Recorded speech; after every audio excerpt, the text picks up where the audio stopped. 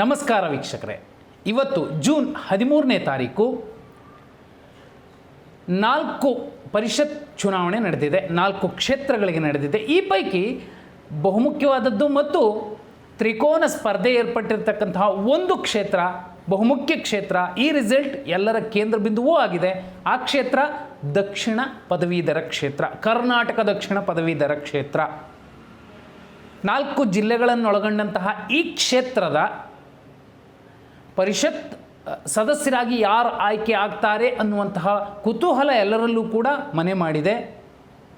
ಸಾಕಷ್ಟು ಅಭ್ಯರ್ಥಿಗಳು ಅಖಾಡದಲ್ಲಿದ್ದಾರೆ. ಬಹುಮುಖ್ಯವಾಗಿ ಕಾಂಗ್ರೆಸ್, JDS, BJP ಅಭ್ಯರ್ಥಿಗಳು ಇಲ್ಲಿ ಬಹುದೊಡ್ಡ ತುರುಸಿನ ಪೈಪೋಟಿಯನ್ನು ಕೊಡ್ತಿದ್ದಾರೆ. ಅಕ್ಷಯ್, ಸದ್ಯದ ಲೆಕ್ಕಾಚಾರ ಮತ್ತು ಈಗಿನ ಟ್ರೆಂಡನ್ನು ನೋಡಿದ್ರೆ ದಕ್ಷಿಣ ಪದವೀಧರ ಕ್ಷೇತ್ರದ ಚಿತ್ರಣ ಯಾವ ರೀತಿ ಕಾಣ್ತಿದೆ? ಬಸವ ಅವರೇ, ಈಗ ದಕ್ಷಿಣ ಪದವೀಧರ ಕ್ಷೇತ್ರದ ಮತದಾನ ಏನಿದೆ ಅದು ಮುಕ್ತಾಯ ಆಗಿರುವಂಥದ್ದು. ಬಟ್ ಒಂದೇನಂತ ಹೇಳಿದ್ರೆ 4 ಜಿಲ್ಲೆಗಳಲ್ಲಿ ಮತದಾನ ಆಗಿರುವಂಥದ್ದು: ಮೈಸೂರು, ಮಂಡ್ಯ, ಹಾಸನ ಮತ್ತು ಚಾಮರಾಜನಗರ. ಈಗ ನಾವು ಚುನಾವಣಾ ಆಯೋಗದ ಈ ಕ್ಷಣಕ್ಕೆ ಅಫಿಷಿಯಲಿ ಪಬ್ಲಿಷ್ಡ್ ಮಾಹಿತಿಯ ಪ್ರಕಾರ 4 ಗಂಟೆ 15 ನಿಮಿಷದವರೆಗೆ ಏನು ಮತದಾನ ಆಗಿತ್ತು ಅದನ್ನು ಅವರು ಪರ್ಸೆಂಟೇಜನ್ನು ಕೊಟ್ಟಿದ್ದಾರೆ. ಸುಮಾರು 60.49%, ಶೇಕಡ 60.49% ಮತದಾನ ಮಾಡಿದ್ದಾರೆ ಅಂತೇಳಿ. ಒಟ್ಟು ಮತದಾರರ ಸಂಖ್ಯೆ ಈ ಕ್ಷೇತ್ರದಲ್ಲಿರುವಂಥದ್ದು 1,41,964 ಮತದಾರರು ಇರುವಂಥದ್ದು. ಅವರಲ್ಲಿ ಶೇಕಡ 60%. ಬಟ್ 4 ಗಂಟೆ 15 ನಿಮಿಷದವರೆಗೆ ಸೊ ಮತದಾನ ಅದಾದಮೇಲೂ ಆಗಿರುವಂಥದ್ದು ಅಂತ ಹೇಳಿದ್ರೆ ದೊಡ್ಡ ಮಟ್ಟದಲ್ಲಿ ಇಲ್ಲಿ ಮತದಾನ ಆಗಿದೆ. ಬಟ್ ಕಂಪ್ಯಾರಿಟಿವ್ಲಿ ಬೇರೆ ಉಳಿದ 3 ಕ್ಷೇತ್ರಗಳೇನಿದ್ದಾವೆ ಆ ಕ್ಷೇತ್ರ ಕಂಪೇರ್ ಮಾಡಿದ್ರೆ ದಕ್ಷಿಣ ಪದವೀಧರ ಕ್ಷೇತ್ರದಲ್ಲಿ ವೋಟಿಂಗ್ ಪ್ರಮಾಣ ಯಾಕೋ ತುಂಬ ಕಂಪ್ಯಾರಿಟಿವ್ಲಿ ಹೇಳ್ತಾ ಇರೋದು ಕಮ್ಮಿ ಇರುವಂಥದ್ದು. ಬಟ್ ಇಲ್ಲಿ ಈಗ ಮುಖ್ಯವಾಗಿ ನಾವೊಂದಿಷ್ಟು ಬೇಸಿಕ್ ಹಿಸ್ಟೋರಿಕಲ್ ಪಾಯಿಂಟ್, ಆ ಜಿಲ್ಲೆಗಳ ಹೆಸರು ಹೇಳ್ದಾಗೇನೆ ನಮಗೆ ಒಂದು ರಾಜಕೀಯ ಪ್ರಾಬಲ್ಯ ಯಾವುದು ಅನ್ನೋದು ಎದ್ದು ಕಾಣಿಸುತ್ತೆ. ಖಂಡಿತವಾಗಿ ಹಳೆ ಮೈಸೂರು ಭಾಗದ ಜಿದ್ದಾಜಿದ್ದು BJP, ಕಾಂಗ್ರೆಸ್ ಮತ್ತೆ ಜಾತ್ಯತೀತ ಜನತಾದಳ, ಅದು ಕೂಡ ರಾಜ್ಯಸಭಾ ಚುನಾವಣೆಯಲ್ಲಿ JDSನವರು ಮತ್ತೆ ಕಾಂಗ್ರೆಸ್ನ 2ನೇ ಅಭ್ಯರ್ಥಿ ಸೋತ ಬಳಿಕ ಕಾಂಗ್ರೆಸ್ಸು ಮತ್ತು JDSನ ನಡುವೆ ಒಂಥರ ಆ ಸಂಘರ್ಷ ಇನ್ನಷ್ಟು ತೀವ್ರ ಸ್ವರೂಪ ಪಡೆದಿರುವಂಥದ್ದು. ಇಲ್ಲಿ ಫಸ್ಟ್ ಒಂದು ನಿಮಗೆ ಬೇಸಿಕ್ ಆಗಿ ಒಂದಿಷ್ಟು ಹಿಸ್ಟೋರಿಕಲ್ ಮಾಹಿತಿಗಳನ್ನು ಕೊಡಲೇಬೇಕು ನಮಗೆ. ಯಾಕಂತ ಹೇಳಿದ್ರೆ ಈ ಫಲಿತಾಂಶಕ್ಕೂ ಆ ಹಿಸ್ಟೋರಿಕಲ್ ಮಾಹಿತಿಗಳಿಗೂ ಒಂದಿಷ್ಟು ಹಿನ್ನೆಲೆ ಇರುವಂಥದ್ದು. ಹಾಲಿ ಸದಸ್ಯರು ಇಲ್ಲಿ KT ಶ್ರೀಕಂಠೇಗೌಡರು, ಅವರಿಗೆ ಈ ಬಾರಿ JDS ಟಿಕೆಟ್ ಕೊಟ್ಟಿಲ್ಲ. ನಾನು ಟಿಕೆಟ್ ಕೇಳಲಿಲ್ಲ ಅಂತ ಹೇಳಿರೋದ್ರಿಂದ ಅವರಿಗೆ ಟಿಕೆಟ್ ಕೊಟ್ಟಿಲ್ಲ. ಬದಲಾಗಿ HK ರಾಮು ಅವರಿಗೆ JDS ಟಿಕೆಟ್ ಕೊಟ್ಟಿರುವಂಥದ್ದು. HK ರಾಮು ರಾಜ್ಯ ನೌಕರ ಸಂಘದ ಮಾಜಿ ಅಧ್ಯಕ್ಷರು HK Ramu. But HK Ramu ಅವರಿಗೆ ಟಿಕೆಟ್ ಕೊಟ್ಟಿದ್ರು JDSನಲ್ಲಿ ಅಸಮಾಧಾನ ಸೃಷ್ಟಿ ಮಾಡಿರುವಂಥದ್ದು. JDS MLC ಇವತ್ತು ಮರಿತಿಬ್ಬೇಗೌಡರು ಬೆಳಿಗ್ಗೆ ವೋಟ್ ಮಾಡಿದ ಮೇಲೆ ಹೇಳಿದ್ದಾರೆ, ಶಿಕ್ಷಕರ ಕ್ಷೇತ್ರದ MLC ಮರಿತಿಬ್ಬೇಗೌಡರು ಕಾಂಗ್ರೆಸ್ಗೆ ಗೆಲ್ಲುತ್ತೆ, ಅವರು ಬಹಿರಂಗವಾಗಿ ನಾವು ಕಾಂಗ್ರೆಸ್ ಬೆಂಬಲಿಸ್ತೀವಿ. HK ರಾಮು ಅವರಿಗೆ ಟಿಕೆಟ್ ಕೊಟ್ಟಾಗ್ಲೂ ಕೂಡ ಬಹಿರಂಗವಾಗಿ ಹೇಳಿದ್ದಾರೆ ಇದು ಸೂಟ್ ಕೇಸಿಗೆ ಹೋದಂತ ಟಿಕೆಟ್ ಅಂತೇಳಿ. ಸೊ JDSನಲ್ಲಿ ಇರುವಂಥದ್ದು ಅಸಮಾಧಾನ. ಕಿಲಾರ ಜಯರಾಮ್ ಅಂತೇಳಿ ಇವರು ಕೂಡ JDSನ ಟಿಕೆಟ್ ಆಕಾಂಕ್ಷಿ ಆಗಿದ್ರು. ಅವರಿಗೂ ಕೂಡ ಈ ಬಾರಿ JDS ಟಿಕೆಟ್ ಕೊಟ್ಟಿಲ್ಲ. ಇನ್ನು ಕಾಂಗ್ರೆಸ್ನಿಂದ ಬರೋದಾದ್ರೆ ಮಾದೇಗೌಡರ ಮಗ, ಮಂಡ್ಯದ ಗಾಂಧಿ ಮಾಜಿ ಸಂಸದರು ಮಾದೇಗೌಡರ ಮಗ ಮಧು ಮಾದೇಗೌಡ ಅವರಿಗೆ ಕಾಂಗ್ರೆಸ್ ಟಿಕೆಟ್ ಕೊಟ್ಟಿದೆ. ಅವರು ಕಂಟೆಸ್ಟ್ ಮಾಡಿರುವಂಥದ್ದು. ಒಂದೇನು ಕಾಂಗ್ರೆಸ್ ಅವರಿಗೆ ಅಂತ ಹೇಳಿದ್ರೆ ಬಸವ ಅವರೇ, ಸಹಜವಾಗಿ JDS MLC ಶಿಕ್ಷಕರ ಕ್ಷೇತ್ರದಿಂದ MLC ಆಗಿರುವಂಥ, ದಕ್ಷಿಣ ಶಿಕ್ಷಕರ ಕ್ಷೇತ್ರದಿಂದ MLC ಆಗಿರುವಂಥ ಮರಿತಿಬ್ಬೇಗೌಡ್ರೆ ಬಹಿರಂಗವಾಗಿ ನಮಗೆ ಕಾಂಗ್ರೆಸ್ಗೆ ಬೆಂಬಲ ಕೊಟ್ಟಿರೋದ್ರಿಂದಾಗಿ ಅದೊಂಥರ ಅವರಿಗೆ ಪ್ಲಸ್ ಪಾಯಿಂಟ್. ಮತ್ತೆ ಮಾಜಿ ಮುಖ್ಯಮಂತ್ರಿ ಸಿದ್ದರಾಮಯ್ಯನವರ ತವರು ಜಿಲ್ಲೆ, ಅದು ವೆರಿ ವೆರಿ ಇಂಪಾರ್ಟೆಂಟ್. ಇಲ್ಲಿ ತವರು ಜಿಲ್ಲೆ 2 ಜಿಲ್ಲೆಗಳು ನೋಡಿದ್ರೆ ಅಖಂಡ ಮೈಸೂರು, ಚಾಮರಾಜನಗರ ಮತ್ತು ಮೈಸೂರು ವೆರಿ ವೆರಿ ಇಂಪಾರ್ಟೆಂಟ್. ಇನ್ನು BJP ಅಲ್ಲ, ನೀವು ಇನ್ನೊಂದು ಅಂಶ ಇಲ್ಲಿ ನಾವು ಪರಿಗಣಿಸ್ಬೋದು. ಯಾರೆಲ್ಲ JDS ತೊರೆದು ಕಾಂಗ್ರೆಸ್ಗೆ ಸೇರಬೇಕು ಅನ್ನೋ ಒಂದು ಹಪಹಪಿ ಇಟ್ಕೊಂಡಿರೋ ಶಾಸಕರ ಬೆಂಬಲವೂ ಕೂಡ ಇಲ್ಲಿ ಅವರಿಗೆ ಸಿಗುವಂತಹ ಸಾಧ್ಯತೆ ಇದೆ.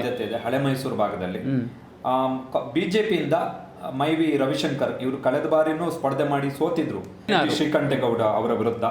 ಈ ಬಾರಿ ಮತ್ತೆ ಸ್ಪರ್ಧೆ ಮಾಡಿದ್ದಾರೆ, ಮತ್ತೆ ಅವರಿಗೆ ಟಿಕೆಟ್ ಕೊಟ್ಟಿರುವಂಥದ್ದು BJP.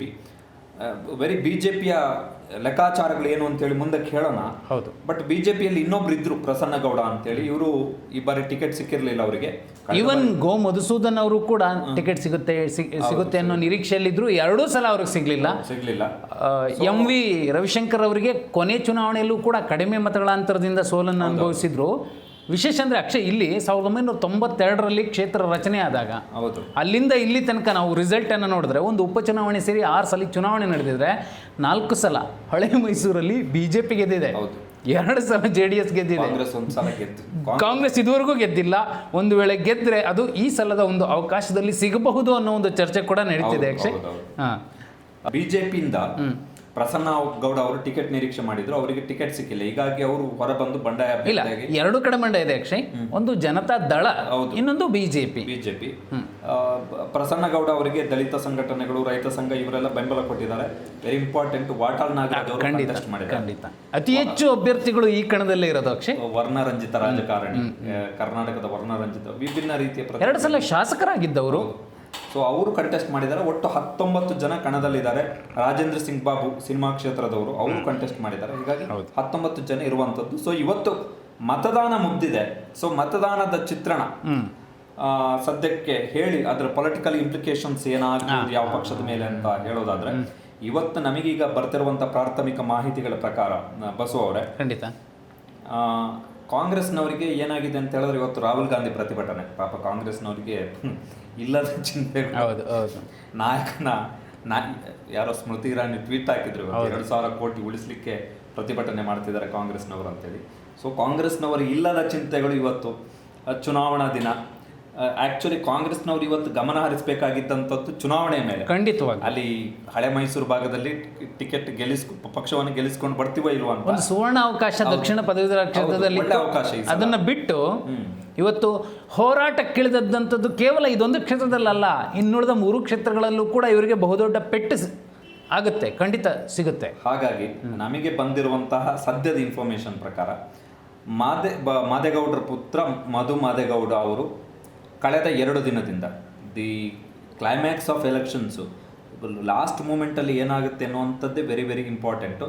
ಕ್ಲೈಮ್ಯಾಕ್ಸ್ ಆಫ್ ಎಲೆಕ್ಷನ್ಸಲ್ಲಿ ಸ್ವಲ್ಪ ನಿರಾಶಾದಾಯಕ ಪ್ರದರ್ಶನವನ್ನು ಕೊಟ್ಟಿದ್ದಾರೆ ಅನ್ನುವಂಥದ್ದು. ತುಂಬ ಮತದಾರರನ್ನು ಮತಗಟ್ಟೆಗೆ ಬರಬೇಕು. ಆ ನಿಟ್ಟಿನಲ್ಲಿ BJP ಆ್ಯಕ್ಚುಲಿ ಬೂತ್ ಲೆವೆಲಲ್ಲಿ ಅವರ ಪಣ್ಣ ಪ್ರಮುಖರು ಯಾರಿದ್ದಾರೆ ಈ ಎಲೆಕ್ಷನಲ್ಲೂ ಕೂಡ ಚೆನ್ನಾಗಿ ಕೆಲಸ ಮಾಡಿದ್ದಾರೆ ಎನ್ನುವಂಥದ್ದು ಸಿಗ್ತಿರುವಂಥ ಮಾಹಿತಿ. ಆ ಮತದಾರರನ್ನು ಕರ್ಕೊಬಂದು ಪಕ್ಷಕ್ಕೆ ಮತ ಹಾಕಿಸುವಂತಹ ಕೆಲಸವನ್ನು BJP ಅವರು ಮಾಡಿದ್ದಾರೆ. ಕಾಂಗ್ರೆಸ್ ಅವರು ಆ ಕಡೆ JDSನ MLC ನಮಗೆ ಬೆಂಬಲ ಕೊಟ್ಟಿರೋದ್ರಿಂದ ಗೆಲ್ತೀವಿ ಎನ್ನುವಂಥ ಆ ಉಮೇದಲ್ಲಿ ಇದ್ದಿದ್ದರಿಂದ ಆಮೇಲೆ ಇವತ್ತು ರಾಹುಲ್ ಗಾಂಧಿ ಪ್ರತಿಭಟನೆ, ಹೀಗಾಗಿ ನಾಯಕರೆಲ್ಲ ಮೈಮರೆತಿದ್ದಾರೆ ಲಾಸ್ಟ್ ಮೂಮೆಂಟ್ 2 ದಿನದಲ್ಲಿ ಎನ್ನುವಂಥದ್ದು ಸಿಗ್ತಿರುವಂಥ ಮಾಹಿತಿ. ಇನ್ನೊಂದು ವೆರಿ ಇಂಪಾರ್ಟೆಂಟ್ ಮಾಹಿತಿ ಬಸವ ಅವರೇ, SDPI ಅವರು ಮುಸಲ್ಮಾನ ಪದವೀಧರ ವೋಟುಗಳನ್ನು ಸ್ಪ್ಲಿಟ್ ಮಾಡಿದ್ದಾರೆ. May be A danger point for Congress rather than JDS.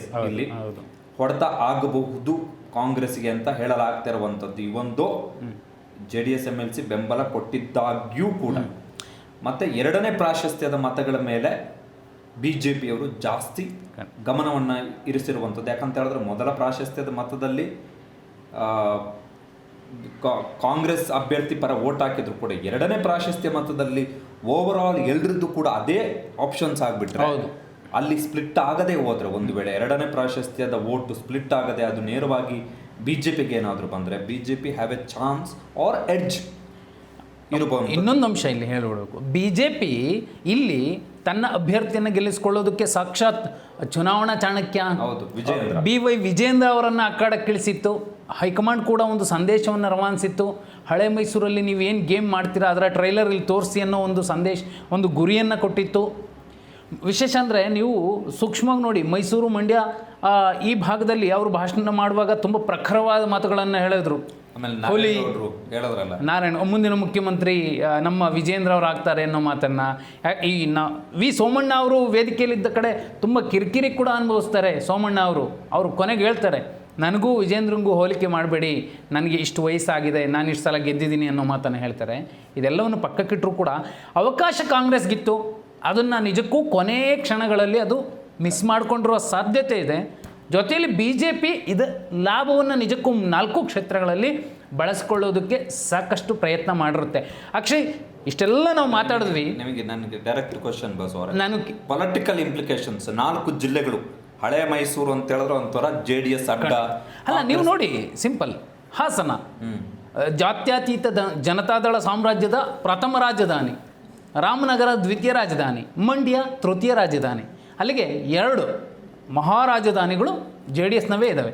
Mysuru ಬಿಡಿ, ಮೈಸೂರು ಮತ್ತು ಚಾಮರಾಜನಗರ ಹಂಗೆ ನೋಡಿದ್ರೆ 2004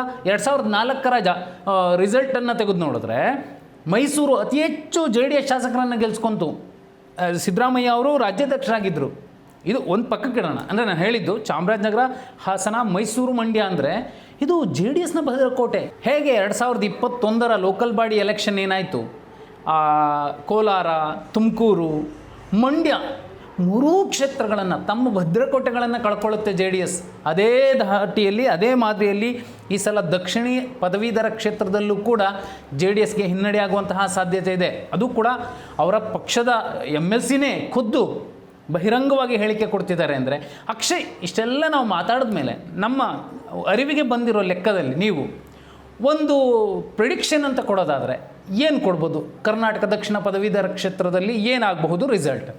ಈಗ ನಮಗಿರುವಂಥ ಮಾಹಿತಿಗಳ ಪ್ರಕಾರ ಬಸವರ, ಪ್ರಾಥಮಿಕ ಮಾಹಿತಿಗಳ ಪ್ರಕಾರ, ಒಂದು ವೇಳೆ ಕಾಂಗ್ರೆಸ್ ಏನಾದರೂ ಗೆದ್ದರೆ, ನಾವು ಆರಂಭದಲ್ಲೇ ಹೇಳಿದ್ವಿ 2 ದಿವಸ ಲಾಸ್ಟ್ 2 ಡೇಸಲ್ಲಿ ಮೈ ಮರೆತಿದ್ದಾರೆ ಕಾಂಗ್ರೆಸ್ ಅವರು, ಎಕ್ಸ್ಪೆಷಲಿ ಕ್ಯಾಂಡಿಡೇಟ್ಸ್ ಹಿಮ್ಸೆಲ್ಫ್. ಮಧು ಮಾದೇಗೌಡರು ಸ್ವತಃ ಅವರೇ ಮೈ ಮರೆತಿದ್ದಾರೆ ಅಂತೇಳಿ. ಅಂದರೆ ಮೈ ಮರೆತಿದ್ದಾರೆ ಇನ್ ದ ಸೆನ್ಸ್, ಮತದಾರರು ಬಂದು ಯಾಕೆ ಮತ ಹಾಕಬೇಕು ಮತ್ತು ಅವರನ್ನು ಅಪ್ರೋಚ್ ಮಾಡ್ಲಿಕ್ಕೆ. ಆಮೇಲೆ ಇದು ಮಾಸ್ ವೋಟಿಂಗ್ ಅಲ್ಲ, ಇಟ್ಸ್ ಸೆಲೆಕ್ಟಿವ್, ಒಂದು ಪರ್ಟಿಕ್ಯುಲರ್ಲಿ ವರ್ಗ ಒಂದು ಇರುವಂಥದ್ದು. ಹಾಗಾಗಿ ಆ ಮತದಾರರನ್ನು ಕರ್ಕೊಬಂದು ವೋಟ್ ಹಾಕ್ಸೋದ್ರಲ್ಲಿ ಬೂತ್ ಮ್ಯಾನೇಜ್ಮೆಂಟ್, ಲಾಸ್ಟ್ 2 ಡೇಸ್ ಇದು ಬೂತ್ ಮ್ಯಾನೇಜ್ಮೆಂಟ್ ಏನಿದೆ ಅದರಲ್ಲಿ ಕಾಂಗ್ರೆಸ್ ಸೋತಿದೆ ಒಂದು. ಮತ್ತು ಇವತ್ತು ಅದೇ ರಾಹುಲ್ ಗಾಂಧಿ ಪ್ರತಿಭಟನೆ ಅಂತೇಳಿ ಇವರಿಗೆ ಕ್ಷೇತ್ರ ಗೆಲ್ಲಿಸ್ಕೊಳ್ಳೋದಕ್ಕಿಂತ ಕೂಡ ಈ ಥರ ಜಯಘೋಷ ಒಂಥರ ಏನದು ಬಳಸಬಾರ್ದು ಪದ, ಒಂಥರ ಹೈಕಮಾಂಡ್ ಗುಲಾಮಗಿರಿ ಹಂಗೆ ನೋಡಕ್ಕೆ ಹೋದ್ರೆ ಆ ಲೆಕ್ಕಾಚಾರದಲ್ಲಿ ಕಾಂಗ್ರೆಸ್ನವ್ರು ಇವತ್ತು ಇದ್ದ ಕಾರಣ ಬಹುಶಃ ಅದರ ಹೊಡೆತ ದಕ್ಷಿಣ ಪದವೀಧರ ಕ್ಷೇತ್ರದಲ್ಲಿ ಕಾಂಗ್ರೆಸ್ಸಿಗೆ ಆದ ಹಾಗೆ ಇದೆ. BJP ಎಕ್ಸ್ಪೆಷಲಿ BJP ಅವ್ರು ಏನು ಅಂತ ಹೇಳಿದ್ರೆ JDS ಮತ್ತು ಕಾಂಗ್ರೆಸ್ನ ತಿಕ್ಕಾಟದ ನಡುವೆ ಸೆಕೆಂಡ್ ಪ್ರಿಫರೆನ್ಸ್ ವೋಟೇ BJPಗೆ ದೊಡ್ಡ ಮಟ್ಟದಲ್ಲಿ ಹೆಲ್ಪ್ ಆಗುವಂಥ ಸಾಧ್ಯತೆ ಇದೆ. ಯಾಕಂತ ಹೇಳಿದ್ರೆ ಫಸ್ಟ್ ಪ್ರಿಫರೆನ್ಸ್ ವೋಟಲ್ಲಿ JDSಗೆ ಹಾಕುವಂಥವ್ರು JDSಗೆ ಹಾಕ್ತಾರೆ, ಕಾಂಗ್ರೆಸ್ಗೆ ಹಾಕುವಂಥವ್ರು ಕಾಂಗ್ರೆಸ್ಗೆ ಹಾಕ್ತಾರೆ, BJPಗೆ ಹಾಕುವಂಥವ್ರು BJPಗೆ ಹಾಕ್ತಾರೆ. ಬಟ್ ಸೆಕೆಂಡ್ ಪ್ರಿಫರೆನ್ಸ್ ವೋಟು ದೊಡ್ಡ ಮಟ್ಟದಲ್ಲಿ BJPಗೆ ಹೋಗಬಹುದು ಎನ್ನುವಂಥದ್ದು ಒಂದು. ಆಮೇಲೆ SDPI ಅವರು ಮುಸಲ್ಮಾನ ಸಮುದಾಯದ ದೊಡ್ಡ ಮಟ್ಟದ ವೋಟುಗಳನ್ನು ಇವತ್ತು ಸ್ಪ್ಲಿಟ್ ಮಾಡಿದ್ದಾರೆ ದಕ್ಷಿಣ ಪದವೀಧರ ಕ್ಷೇತ್ರದಲ್ಲಿ. ಸೊ ಹೇಗೆ ರಾಜ್ಯಸಭಾ ಚುನಾವಣೆಯಲ್ಲಿ ಇಬ್ಬರ ಜಗಳ 3ನೇವರಿಗೆ ಲಾಭ ಅಂತ ಆಯಿತು, ಅದೇ ರೀತಿಯಾದಂಥ ಫಲಿತಾಂಶ ಬಂದರೂ ಕೂಡ ಅಚ್ಚರಿ ಇಲ್ಲ. ಇಲ್ಲೊಂಥರ ನಾವು ಕಾಂಗ್ರೆಸ್ಸೇ ಗೆಲ್ಲುತ್ತೆ ಅಥವಾ BJP ಗೆಲ್ಲುತ್ತೆ ಅನ್ನೋದಕ್ಕಿಂತ ಬಸವರೇ ವಿ ಕ್ಯಾನ್ ಗಿವ್ 50-50 ವರ್ಡಿಕ್ಟ್ ಅನ್ನ ಕೊಡ್ಬೋದು. ಸ್ವಲ್ಪ ಮುಂದೆ BJP ಇದೆ ಅಂತ ಹೇಳ್ಬೋದು. ಬಟ್ ನಿನ್ನೆಲ್ಲ ಮೊನ್ನೆವರೆಗೆ 2 ದಿವಸದ ಹಿಂದೆ ಕಾಂಗ್ರೆಸ್ಗೆ ಎಡ್ಜಿದ್ದಿದ್ದು ಕ್ಷೇತ್ರದಲ್ಲಿ. ಬಟ್ ಈಗ 50-50 ಕಾಂಗ್ರೆಸ್ ಗೆದ್ರೆ ಬೈ ಎಡ್ಜಿಂಗ್ ಅಲ್ಲಿ ಗೆಲ್ಬಹುದು, ಲಕ್ಬಾ chance. Otherwise BJP may win again. So ದಳಕ್ಕಂತೂ ಹಿನ್ನಡೆ ಆಗುತ್ತೆ. ದಳದವರಿಗೆ ಇರೋ ಸೀಟ್ ಕಳ್ಕೊತಾರ ಅವರು ಹಳೆ ಮೈಸೂರು ಭಾಗದಲ್ಲಿ. ದೊಡ್ಡ ಪೊಲಿಟಿಕಲ್ ಇಂಪ್ಲಿಕೇಶನ್ಸ್ ಹಿನ್ನಡೆ. ಸಾಲು ಸೋತಂತಹ JDS ಮತ್ತು ಒಂದು ಕ್ಷೇತ್ರವನ್ನು ಈ ಮೂಲಕ ಕಳ್ಕೊಳ್ಳುತ್ತೆ. ನಾಳೆ ಇನ್ನು ಉಳಿದ 3 ಕ್ಷೇತ್ರಗಳ ಸಮೀಕ್ಷೆ ಜೊತೆ ಬರ್ತೀವಿ. ತಪ್ಪದೆ ನಮ್ಮ ಚಾನಲ್ ಸಬ್ಸ್ಕ್ರೈಬ್ ಮಾಡಿ, ಪಕ್ಕದಲ್ಲೇ ಇರೋ ಬೆಲ್ ಐಕಾನ್ ಒತ್ತಿ.